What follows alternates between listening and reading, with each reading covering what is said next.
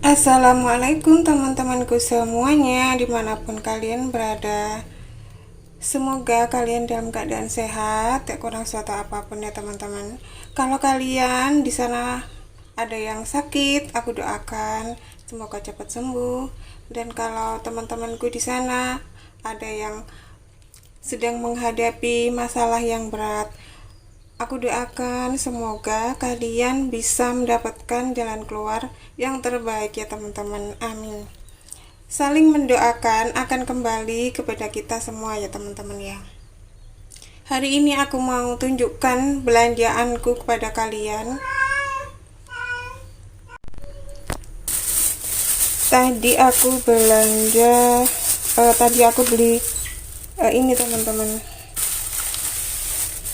dadar jagung dan botokan tahu tempe ya teman-teman ya. Ini botokannya, terus ini tadi dadar jagungnya teman-teman, buat sarapan anak-anak yang mau berangkat sekolah. Dan ini botokan tahu tempenya, ini 3.000-an teman-teman. Nah seperti ini botokan tahu tempenya, ini buat aku sarapan nanti, karena biasanya keburu lapar tapi makanannya sayurannya belum siap teman-teman ya. Tadi juga aku beli ini jajan kesukaannya aku, anak-anak juga suka, yaitu getuk teman-teman. Ini tadi satunya harganya 2.500.